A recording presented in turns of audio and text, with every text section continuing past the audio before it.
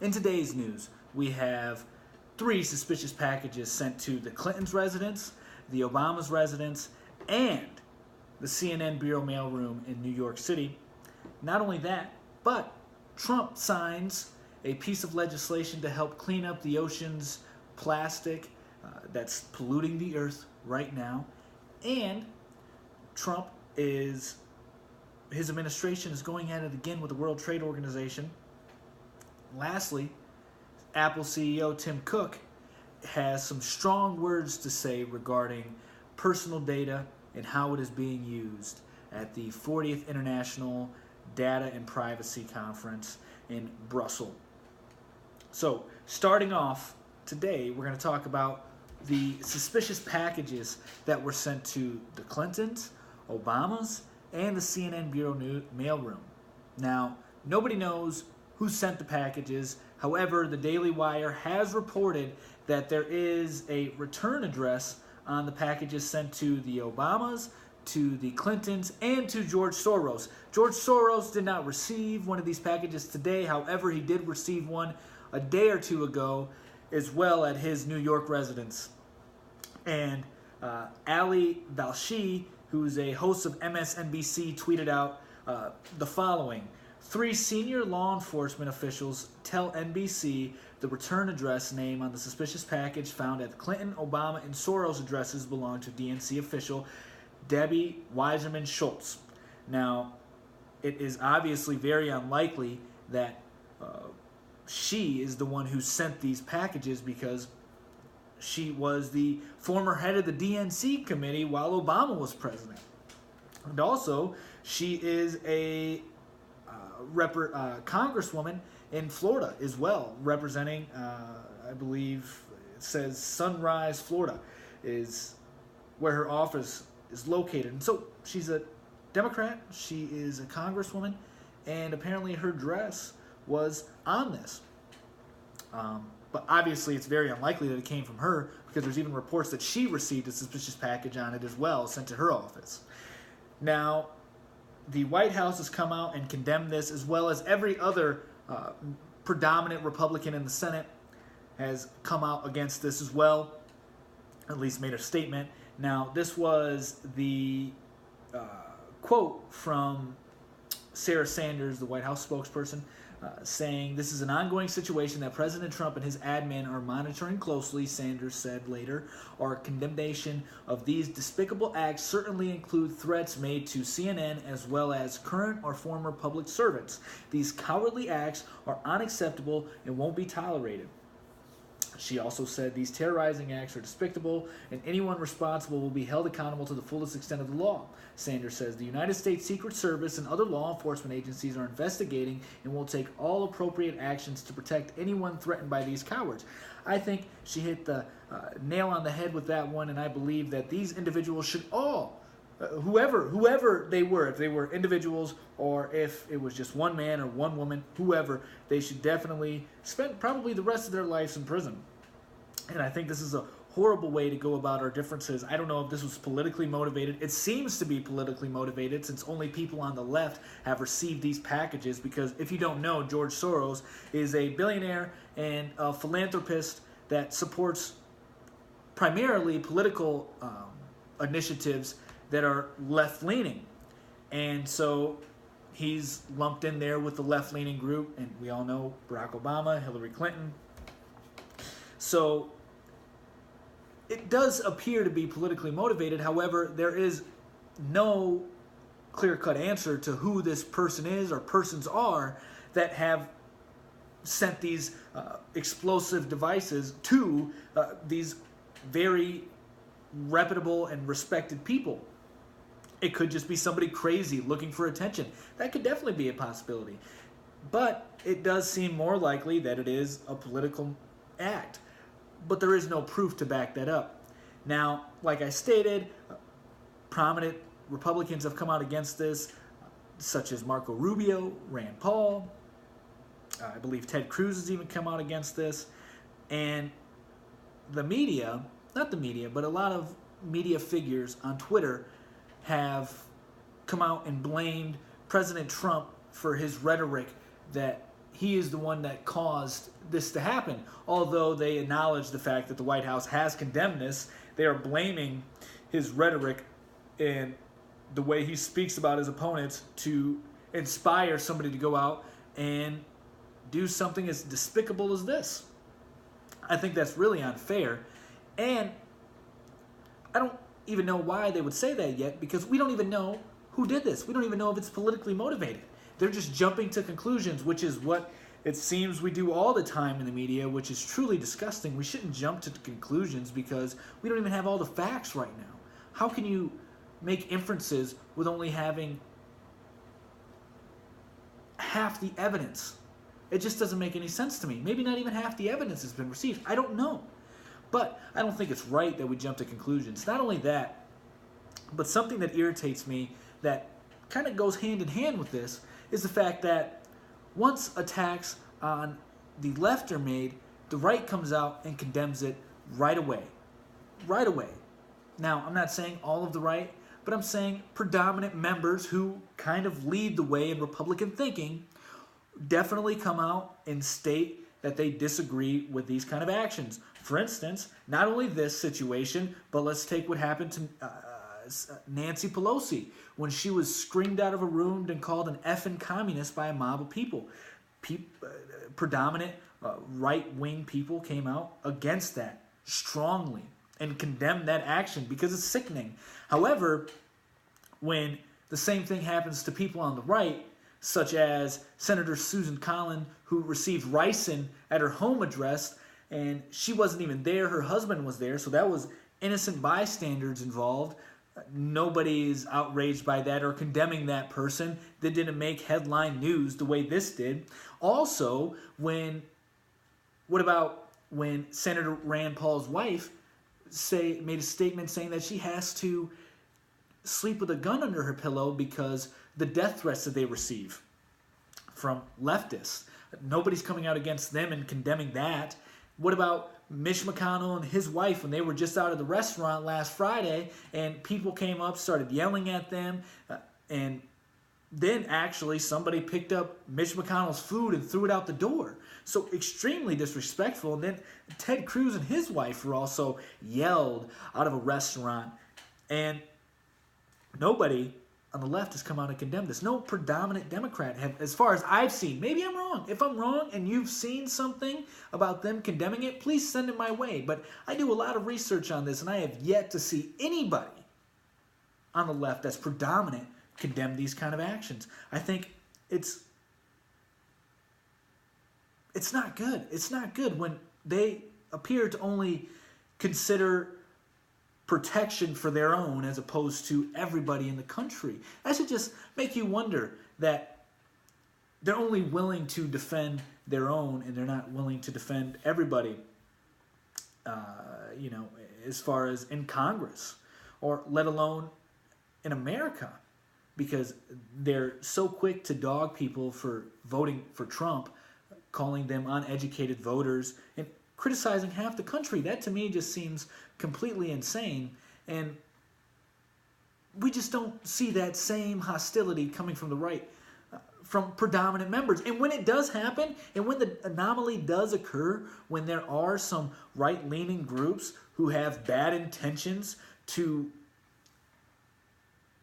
incite violence or to commit violent acts upon people in the left, on the left wing, predominant thinkers, the thought leaders in the Republican parties, and the Republican Party is automatically coming out and condemning their actions. They don't receive the same respect from the Democrats. And I think that's a little concerning to me, and I don't think that's fair. However, life isn't fair, and that's just something that we have to deal with. But I definitely do think this is a very disgusting situation. All of what I just said aside, this is very disgusting.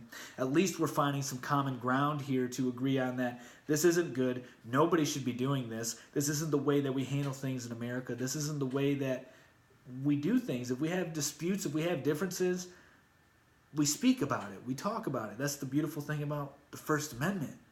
And violence should never be the answer. Ever, ever, ever. Unless you are fighting for your life. Then those are different circumstances. But by no means do I believe things should escalate to the point where you want to commit a violent act or kill somebody. I don't think anybody deserves to die. I don't. I really do not think that. Especially people,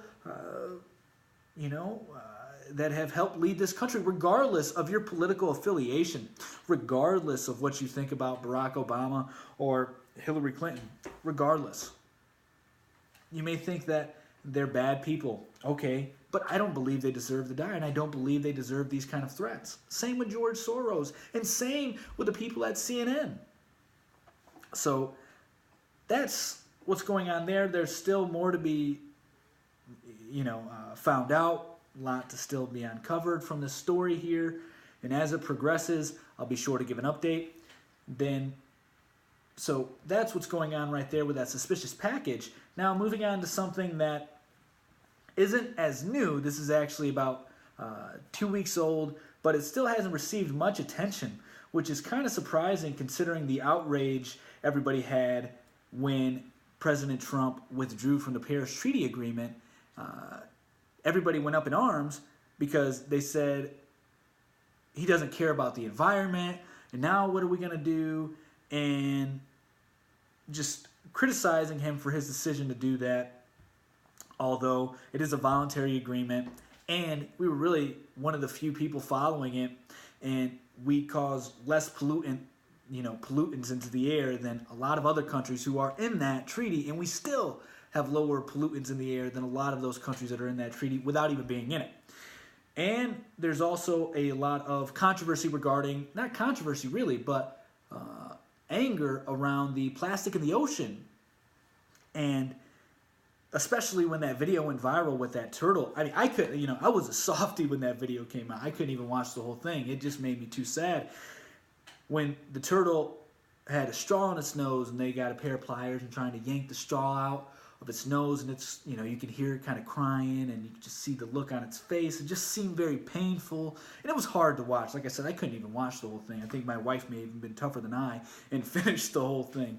Either way, it was very upsetting, and that kind of sparked a lot of interest in people doing something to ban plastic, as in California banned all plastic bags, and we've even tried to ban plastic straws, which didn't last too long, but there's been a lot of talk about banning plastic. And so I'm very surprised this right here hasn't caught a lot of attention, especially 2 weeks later.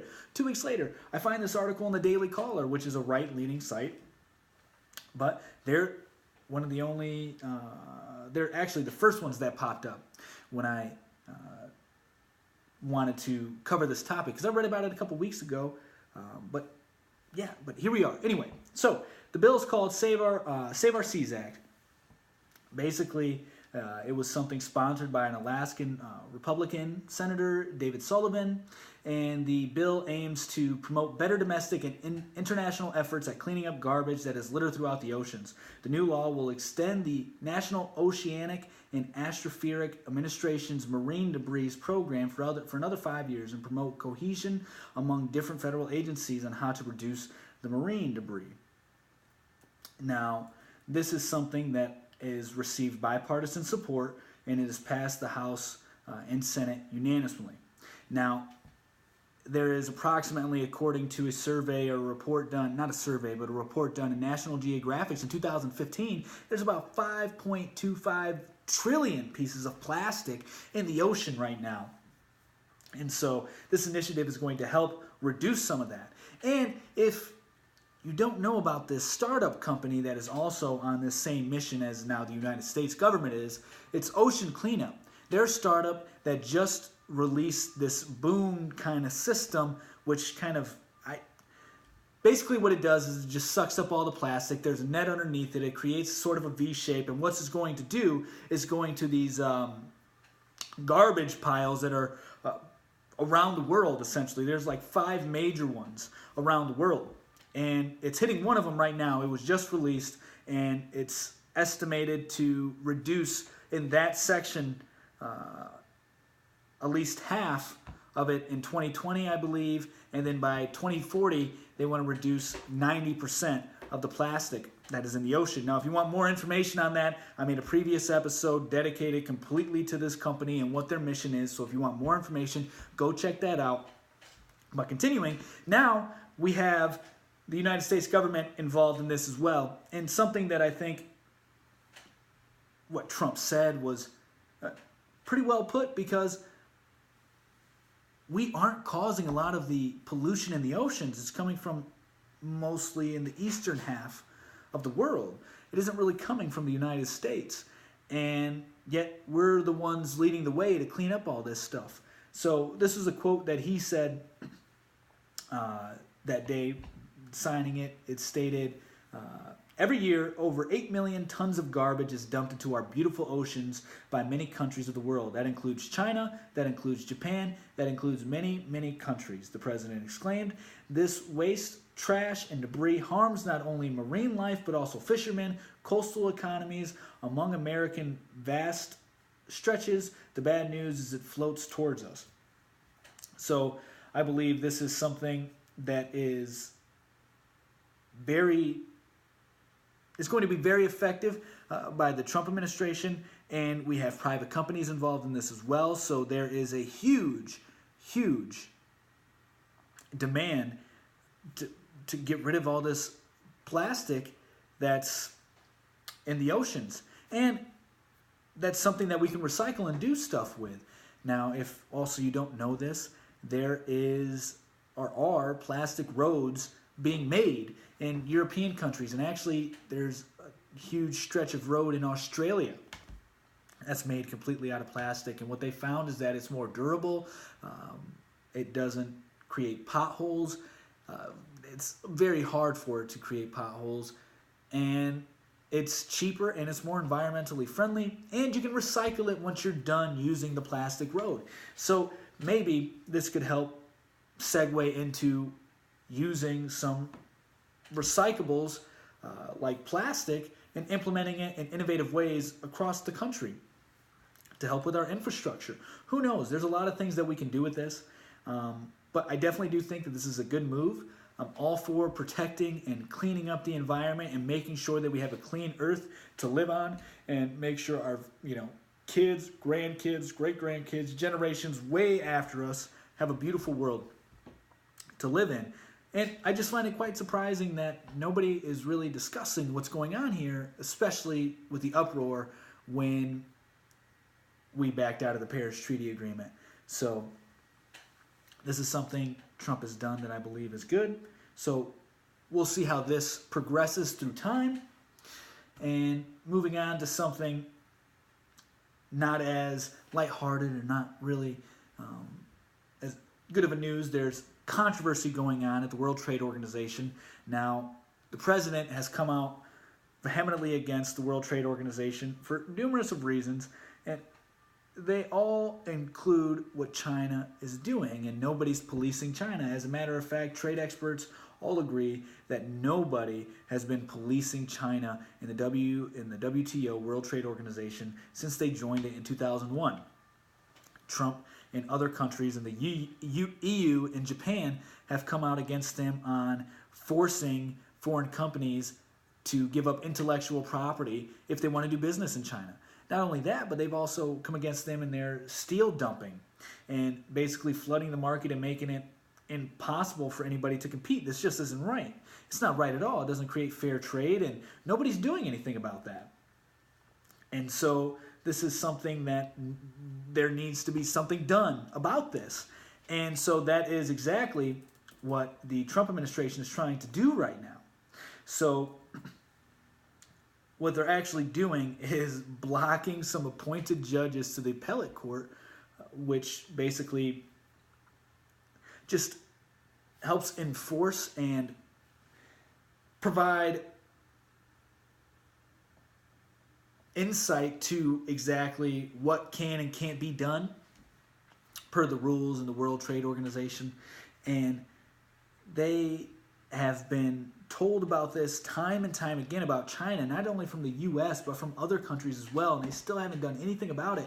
And not only that, but China has been abusing the system because they've been qualified as a developing country which allows them to receive special benefits and lenient treatment as well, because when you're a developing country, we want to try to do everything we can so that way you can become a developed country. And China is already a developed country. It's not a developing country.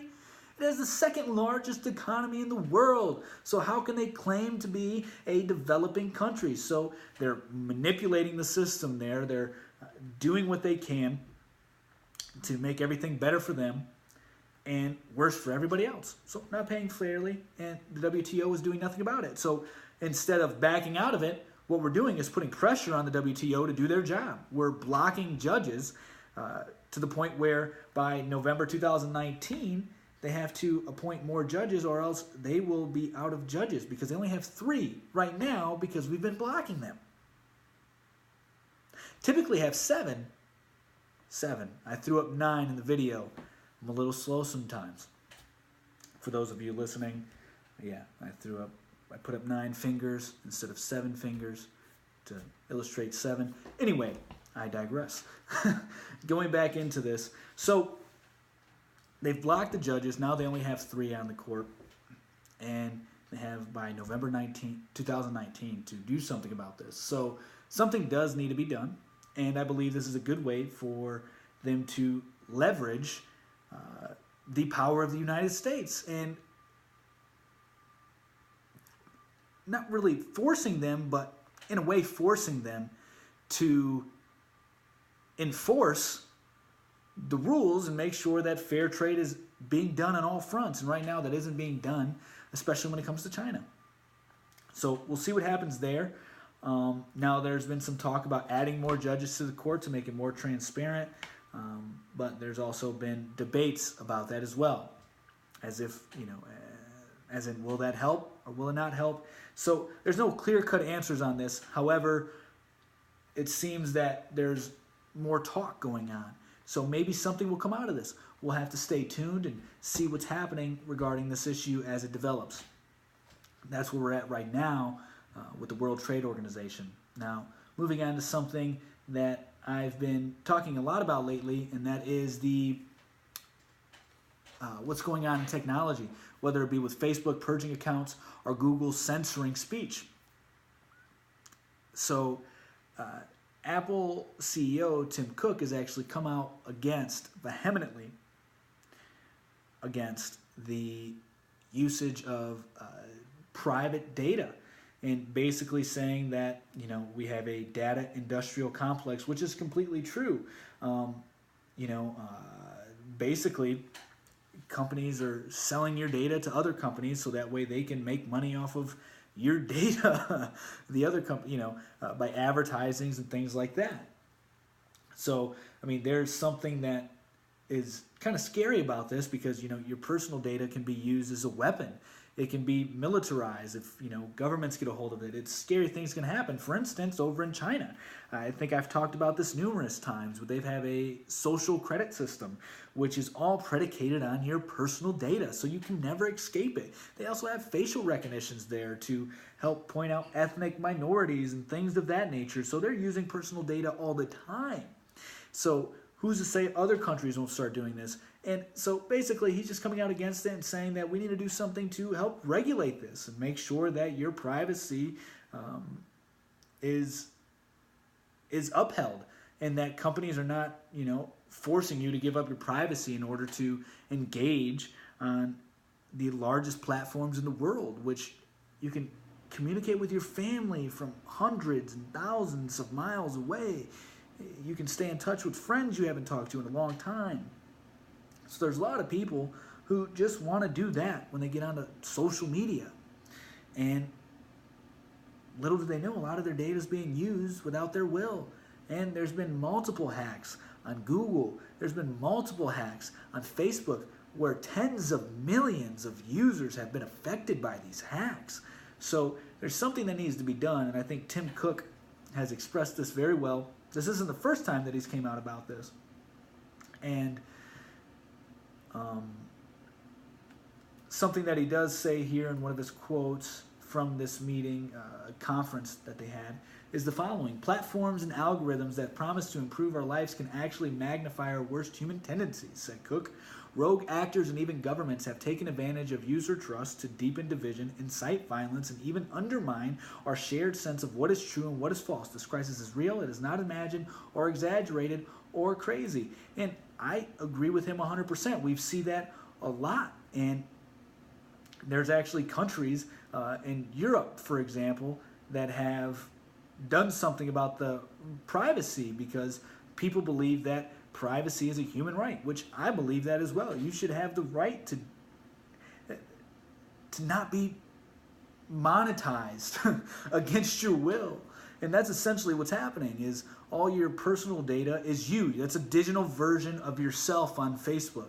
That is you, just digitalized. So by these companies using that against your will, I believe is wrong. And if in the wrong hands can lead to very, very bad things. So Tim Cook, I believe, is on the right side of things. And there's also 4 things that he would like to outline and believes that should be in regulation some kind of way as far as regulations. And they are as followed. And the article I'm reading from is from Entrepreneur. And it is, so these are the 4 points that he made that he believes should be turned into legislation to help regulate it. First one, the right to have personal data minimized, the right for users to know what data is collected on them, the right to access that data, and the right for that data to be kept securely. I think that's a reasonable thing to ask, and I think this is time. These are times right here where government should step in and regulate. I do believe in the free market. However, I do think that the government has its place in making sure things aren't getting out of hand within companies. So I do believe this is the right thing to do, in my opinion. And I agree with Tim Cook on this. I think you should have the right and you should be able to see how and when and why your data is being used. And if you want to keep it private and keep it secure, you should have the right to do that. Those are all things that belong to you. Nobody else. Nobody else. They belong to you. That is you, what people are stealing. So I agree with him 100%. This isn't the first time he's come out about this. So maybe something will happen. We'll have to wait and see. But that's it for today. But like always, if you have any suggestions on a topic that you would like me to do, please let me know, and I'd be more than happy to do it. And I hope you all have a wonderful day. I'll see you again tomorrow. Peace.